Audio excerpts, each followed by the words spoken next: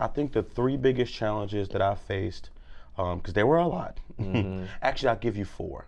The first one was I was sexually assaulted when I was 13 and when I was 16 by an older female cousin.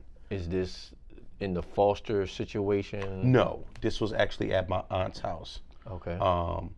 And the rougher part about it was I wasn't believed.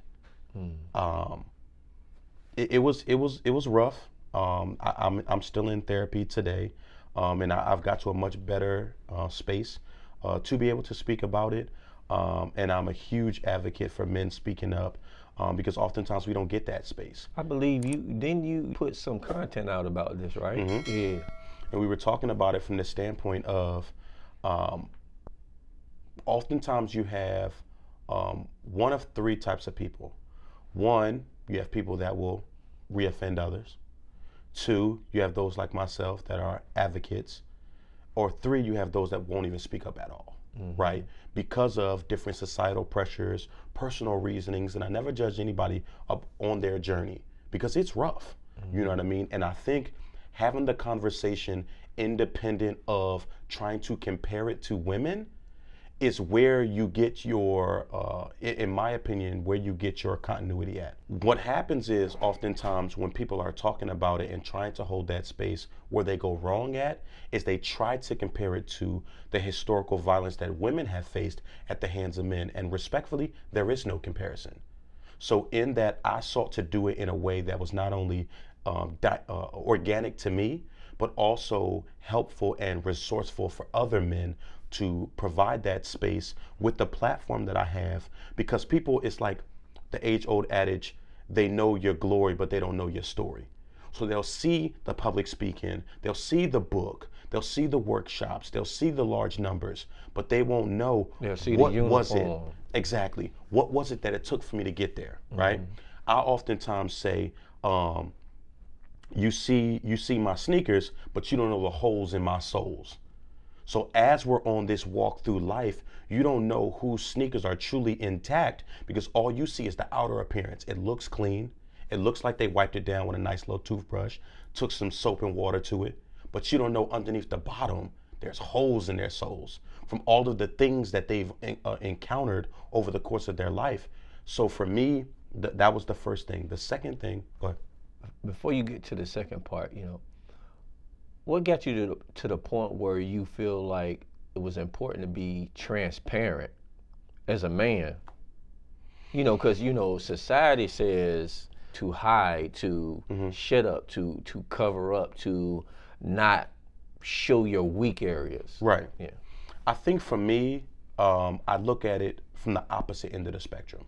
And when it comes to social media, I will acknowledge, I think it was once I built my platform on TikTok that I felt like, with all of these people looking up to me, I think it's really humbling to have like younger guys, I'll say younger, I'm 32, but, 18, 19, 20-year-olds call me Unc. You know what I mean? In the community, it's like, that's a badge of honor right there. You know what I mean? Yeah. I'm only 32. But then you be like, yo, I'm not old, right? You know what I'm saying? Yeah, So it's just like, Jay-Z said 30 is the new 20. No, it's not. It's still the same 30. But in that, right, I saw those young guys looking up to me and they look at it like that, like the bulletproof kind of deal. I listened to a lot of 50 Cent growing up. I think of like the massacre, right? And the imagery of him with a bulletproof vest on, having gotten shot 9 times and still living. And I look at it the same way with our life experiences. So honestly, I stepped out on a limb because social media is brutal. It is. You know what I mean? And if you sometimes share something and you don't get the response that you're looking for, you'll shut down immediately. There were times where, and I tell content creators this all the time, if you're building a platform and you never thought about giving up, you're not operating at your full capacity because everybody is not going to like what you put out. Because you got to recognize when you put that out into the atmosphere, right? You are not only being vulnerable with yourself, but you're causing other people inadvertently to address and or what's the word I'm looking for? Confront their own experiences. And in that, oftentimes you give that trigger warning because your triggers are your responsibility. So you start bringing up all of those experiences. And for me, it's healing. It's a healing process to be able to show those young guys like, hey, yeah, you can see all of the great things that I'm doing, but also too recognize that I'm not perfect. Right. I've been through some things in my life. And then what really yields the dividends for me is not just in sharing it. It's from all of the messages that I get as a result of it that further, to me, validates the work that I'm doing. I don't do it for, when people say, well, I don't do it for the likes, shares, comments, and views. Yes, you do. Because you want to put your story out there. Mm-hmm. The gift is, and the goal rather, is not to get lost in it. Right. And then you start putting out content, what I call shock value content, for the sake of that. So for me, I've always been transparent. I built my platform, let me retract that. We built the platform on truth, transparency, authenticity, and respect. How can I say that those are the tenets of my platform if I'm not being honest? Right. And there's a huge difference, and I'm learning this now at 1.5 million. So, my social media clients, I tell them, learn this early. There's a difference between sharing your pain and oversharing. Because you got to recognize, like I said, the internet is undefeated. If they want to clown you, your goose is cooked. We think about, the Tyrese meme. What more do you want from me? That was raw pain that he was sharing, But if he can laugh at it, in my mind, I'm thinking, all right, well, he's at a better place mentally. Well, I guess I can laugh at it too. Right. But underneath all of that was pain. Mm. But the internet looked at that as a meme. And as men, oftentimes, our pain gets reduced to weakness. And I tell guys, no, that is not a sign of weakness. Actually, you sharing it and you being vulnerable is one of the greatest signs of strength that you will ever exhibit. Number two was December 23rd, 2009. I attempted committing suicide. Attempting rather. I was at a very dark place. My aunt had just passed away in front of me, and I harbored a lot of guilt from that. Just briefly, she had diabetes and a host of other health issues, which now, as an older guy, I can recognize, of course, doing more research and realizing that what took place in that moment, while it may have contributed lightly, it didn't contribute to her death. And that's what I carried with me. We had went and got some water ice. Some people call it, different things, but in Philly, we call it water ice, right? At Rita's water ice. It's Rita's Italian ice, but again, in Philly, we call it water ice. Mm-hmm. Those who know. Yeah. And those that don't, hey, go get you some. Right. And, it's chock full of sugar. And for her being a diabetic, in my mind, I felt responsible. And after eating it, she just started shaking violently and convulsing, and I held her until she took her last breath. Because her sugar spiked. Mm-hmm. And in, experiencing that, when I was December 23rd, 2009, I was 17. Yeah, I think I'm 17. I had a lot of that built up in me, that anger, that frustration, that guilt, that sadness, all of that. Like, I loved mine. You know what I mean? I still love her. And going back to school, I just felt like I didn't grieve properly. And, this one kid, he just said something to me and it just set me off. And, in public school, you can't just be telling kids you're going to, you know what I mean? They'll 302 you. Mm-hmm. And that's what they did. And they sent me to, a mental health facility. And I genuinely felt like I didn't belong there. But beyond that, with the exception of my oldest brother, now his ex-wife, and my ex-wife, they were the only two people that came to visit me in about 4 or 5 months. And in that, it does something to you. Because in my mind, I'm thinking, so if y'all don't care, why should I? So I, went in the room now. Of course, I didn't notice at the time, but I took the sheet off my bed, wrapped it around my neck, and I was like, I'm done. But limiting oxygen to your brain, you're just gonna pass out. Unless it's applied by an outside force. Right. And clearly I'm not, strong enough to do that. So I just remember, and sometimes my mentees say, oh my God, you saw an angel. All I remember was literally laying on my back, looking up, and I seen a distant figure. I don't know if it was male or female, but they had wings.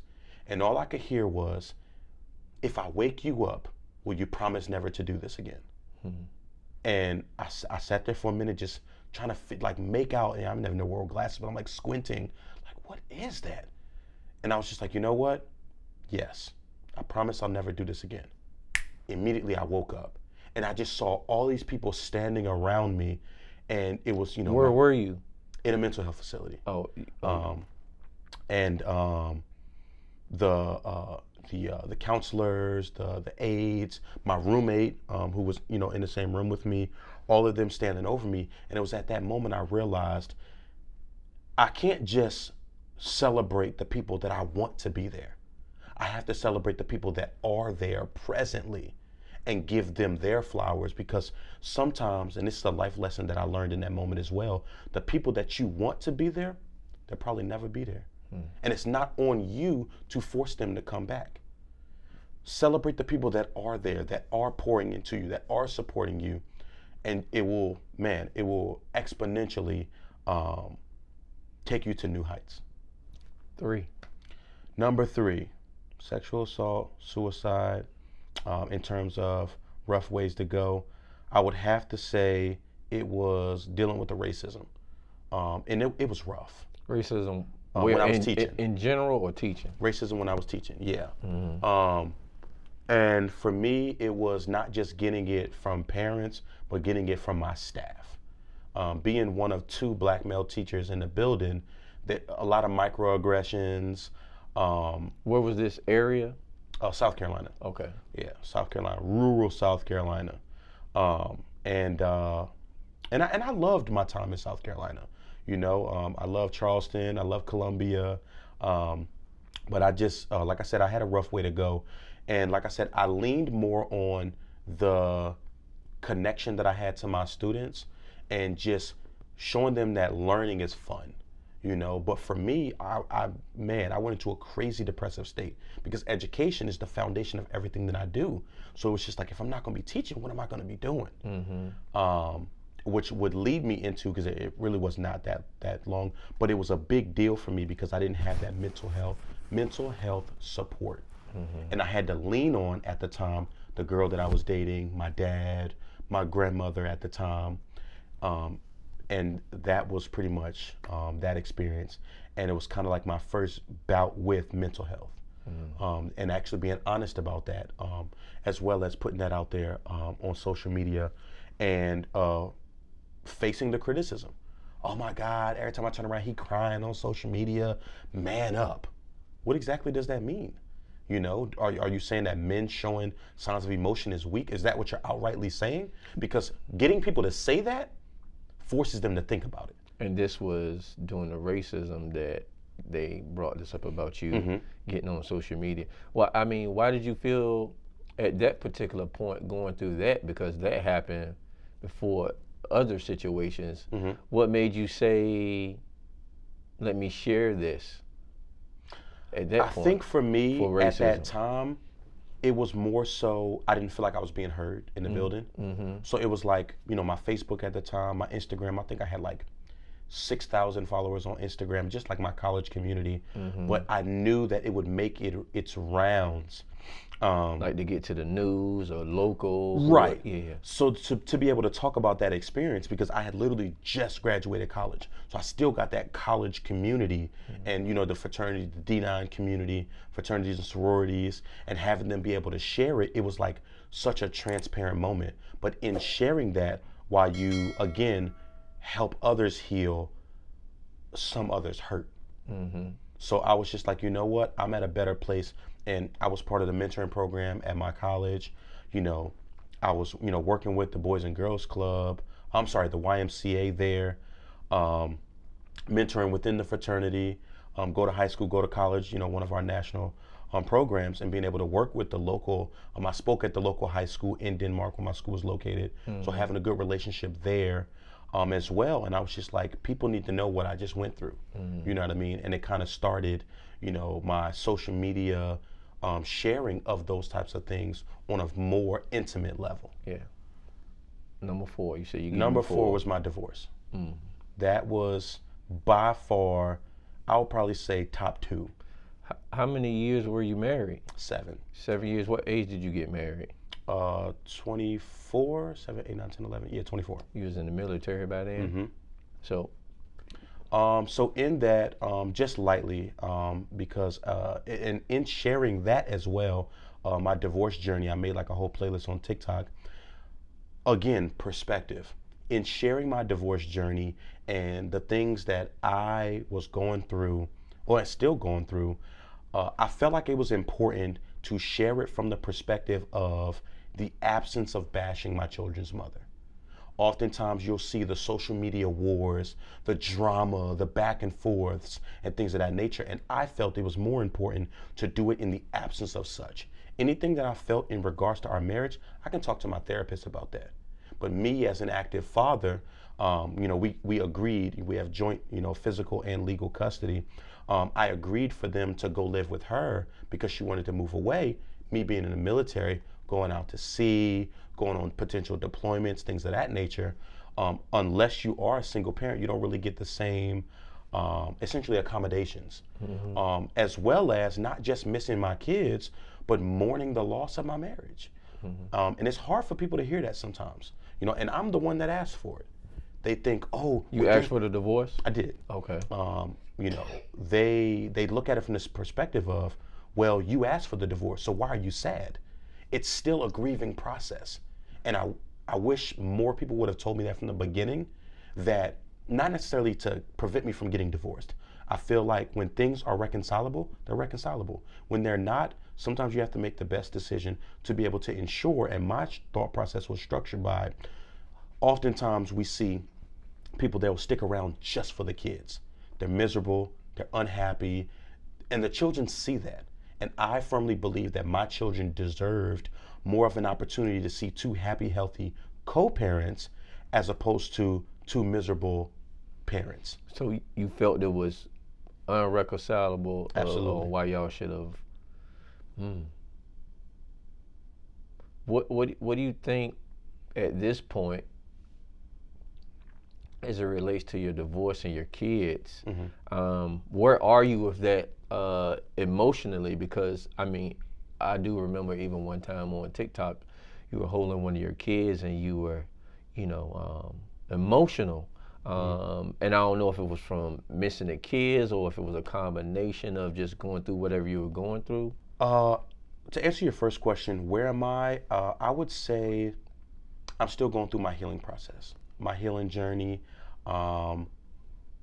as well as ironing out what co-parenting is going to actually look like. For me, the video that you're talking about, I got my kids. So my divorce was finalized. So I filed for divorce in January of 22. It wasn't final until September of 23. So in that, we lived together the entire time. With the military, I moved out for a short stint, but then I ended up moving back due to some exigent circumstances into the home because I felt like, now granted, I was only like 10 minutes up the road, but things had gotten so toxic that I didn't want my kids to see that. I dealt with that growing up. My mother, at the time when I was living with her, she had an abusive husband at the time who's now deceased. And I was just like, no, I'm not going to facilitate that. Any conversations that we had, wait till the kids go to bed. Those types of things. I never wanted them to see that. That video, like I said, my divorce was final in September. They moved to Philadelphia while I stayed in Virginia, and I got my kids for New Year's. And I was just holding my son. We're actually doing a video for New Year's when, it strikes 12. My youngest, I had all three. So I have a 3-year-old, a 5-year-old, and a 7-year-old. I was holding my... Oh, you bow. Oh, listen, back to back. Hey, 3P. Get them in and out. Now I got a vasectomy, so I'm good. No more. Baby factory's closed. Oh, okay. Yeah, we good on that.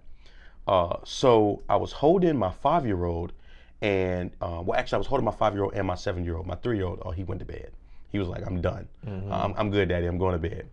And my daughter, she went and got her iPad, and I was still holding my son. The ball had dropped already, and I was just talking to him, and he leaned up and hugged me. And from September, October, November, December, I had seen them, I think, once since they had left. Yeah, a little bit after Thanksgiving. And for active fathers, having your kids in the home, when I say I miss my kids, she's not keeping me, and I also want, when I say this on social media, I have to be clear. She's not keeping them from me, from the standpoint of not allowing me to see them. She's not keeping them from me. We have a detailed visitation plan. We have joint custody. So anytime I want to go see them, I can. But me being in the military, it makes it a little bit more difficult, you know what I mean, in terms of distance. So to go from them being in the home every day, the pitter patter of feet against hardwood, a lot of people don't realize, because they don't hear this enough from active fathers, that does something to us. So when he hugged me, it wasn't a regular hug. It was like a, Like, yo, I miss Daddy, you. I miss you. You know what I mean? And for me, I just started crying immediately. And, I was just like, I didn't want to hold him for too long because I didn't want to, expel that onto him. And I genuinely feel like my son is an empath. So when he sees you going through, he'll gravitate to you. And there's sometimes that, and as a parent, sometimes you'll get those random I love yous, those random hugs that they don't realize just how much it's doing for you. So when I went to post the video, I posted it and I was just like, other men need to see this, and in my caption, like I said, I made all of those disclaimers about, her not keeping them from me, because that's the first thing they want to go to, because that's their pain. Right. But what I didn't want is for her to become the villain in their life story from what their children's mother or ex-wives might have done to them. And I feel like that's important when you talk about framing things on social media. My caption, I'm talking about, it was like an essay, because I wanted to make that point clear and drive that point home. Let me ask you this. In the midst of, going through the divorce and, how you're navigating the co-parenting, when you look back, you said 7 years y'all were married. When you look back at it, as a man, what are lessons, or if you did it over again, if you had the opportunity, what are some nuggets that you can give people who are, or men who are married now, or about to get married or thinking about it? What can you give us? The first thing I would say is premarital counseling. Premarital counseling, premarital counseling, premarital counseling. There are so many things that we don't realize go into divorce, because as men, and oftentimes I talk from this specific standpoint of black men, but I think this is a general sentiment that can be had. We are, as men, taught how, most oftentimes, to get into relationships. However, a great deal of us never really had that example of how to maintain longevity in a healthy relationship. And far too often, the goal, so to speak, is just intercourse, as opposed to what does longevity actually look like when you talk about committing yourself to someone for the rest of your life.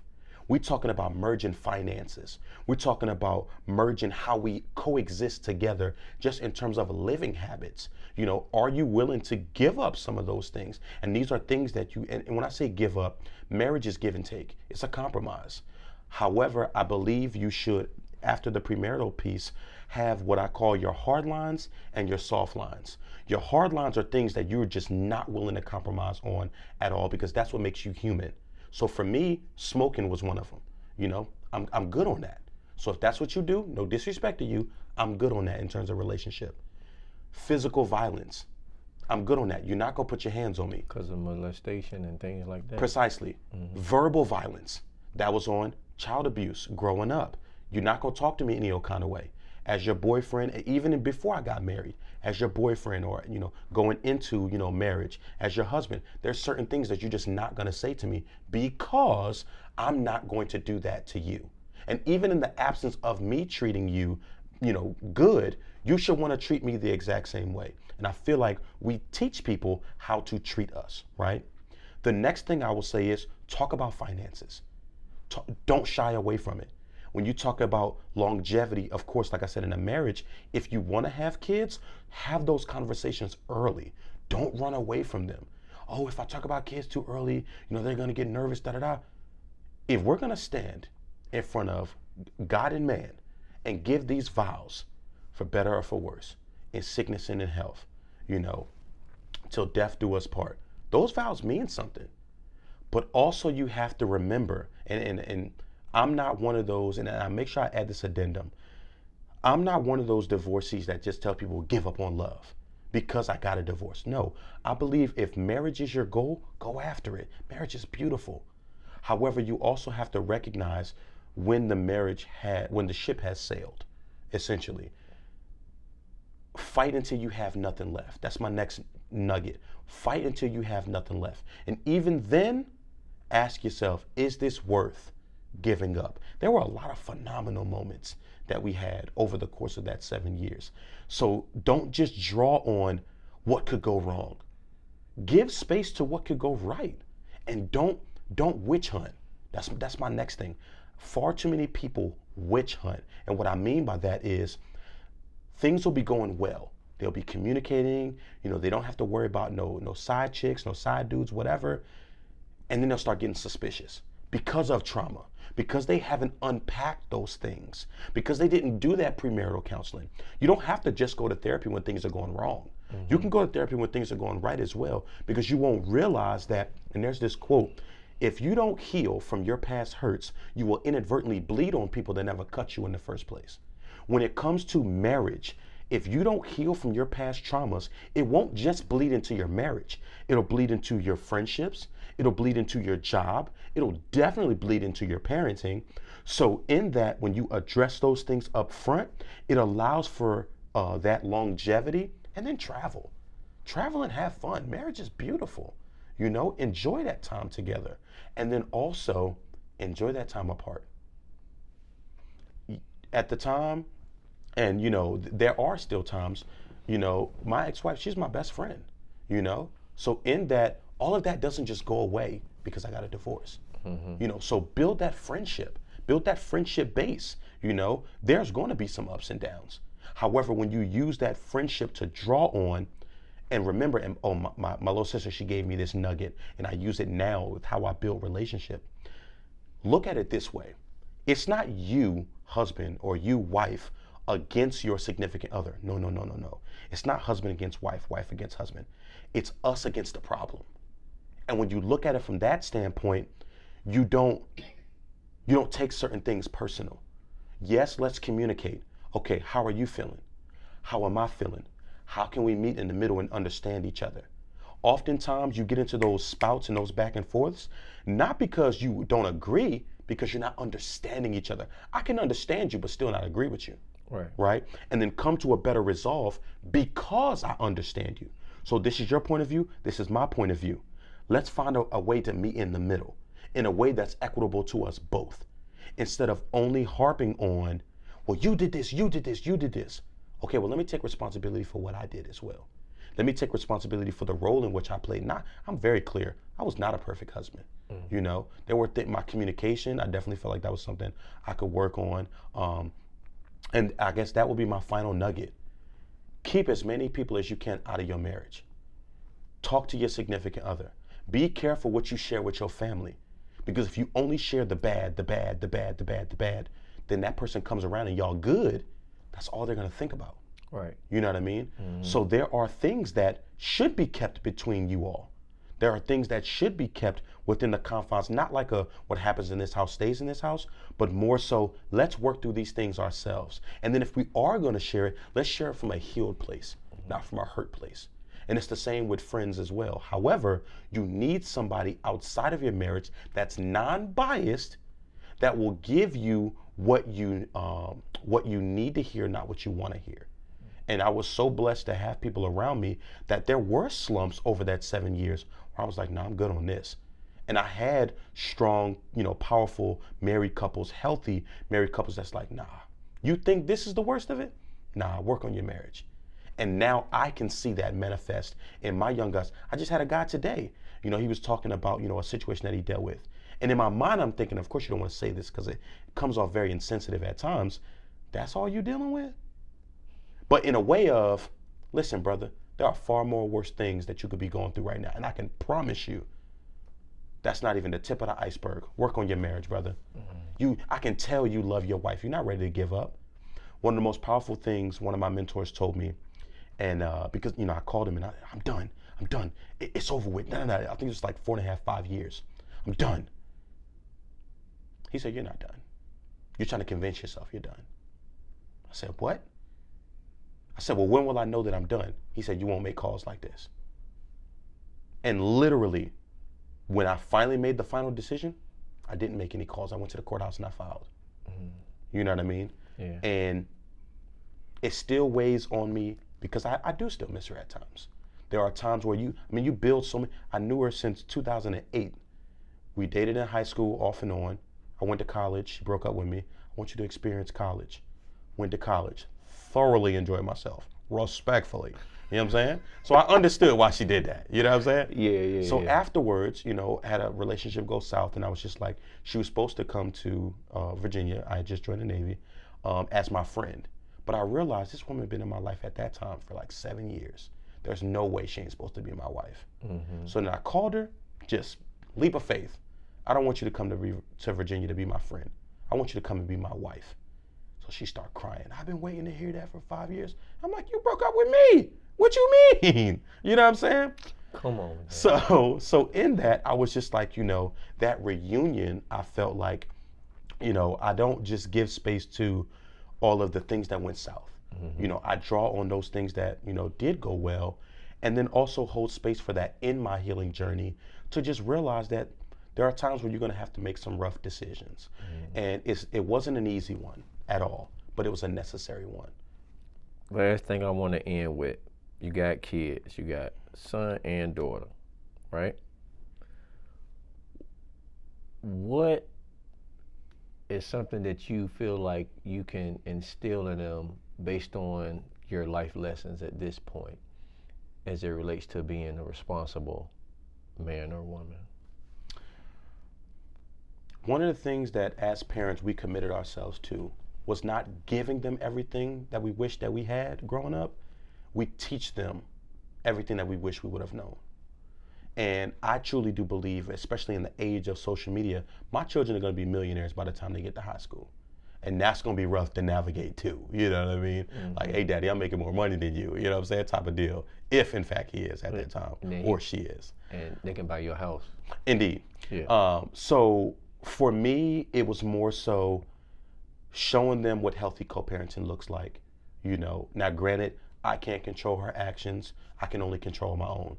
So even though, like I said, I asked for the divorce, and I'm sure they're going to ask later on in life, tell them it in a way that, doesn't disrespect her, still holds her up as their mother, never holding a space via publicly or privately to whereby she is being disrespected in their presence, even if that's not reciprocated, you know what I mean?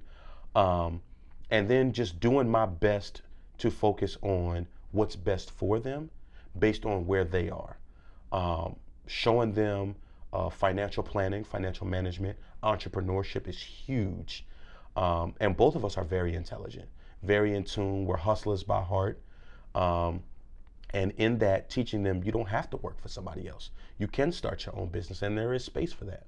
And what me personally, the space that I'm trying to get to is I want to be able to fund it.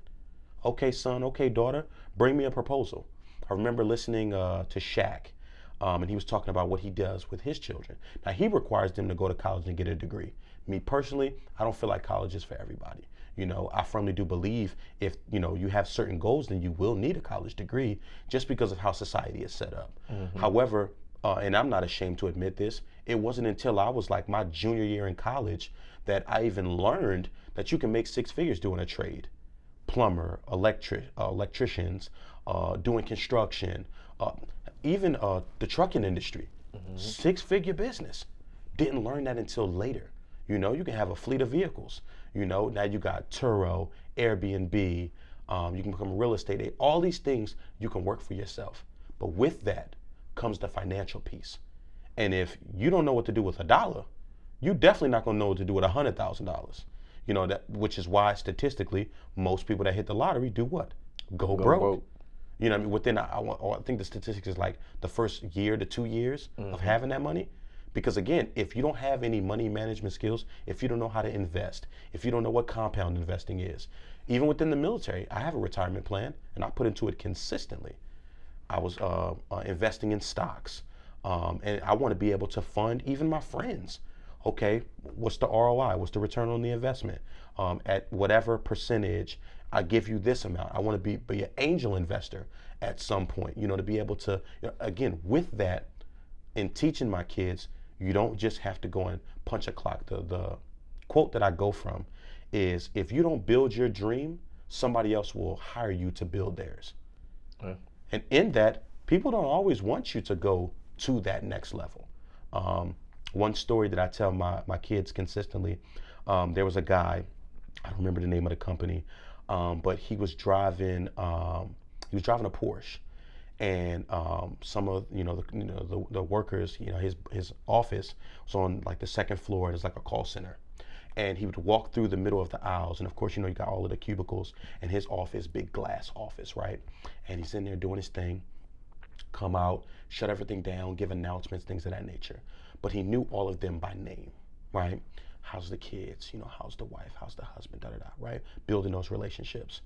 And one of the guys, he stayed late, and he had left during lunch, driving his Porsche, and he drove back in his Lamborghini, right? Most of them, they were used to seeing the Porsche. They didn't know he had the Lamborghini.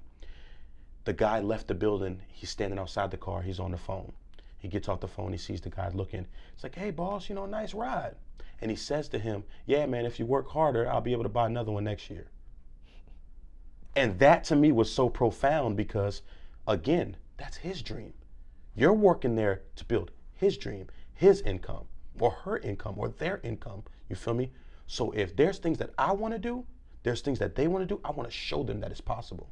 You can have that entrepreneurship. You can have that, those different legs, those multiple streams of income, for you to be able to work for yourself. Digital nomads are on a rise. And that's people that can literally work from anywhere in the world. Mm-hmm. COVID taught us that there are a lot of jobs that you don't need to be in an office to do. And content creation, digital products, booming market, booming industry. So in that, teaching, my children that, you can build the life that you want, but it comes with planning.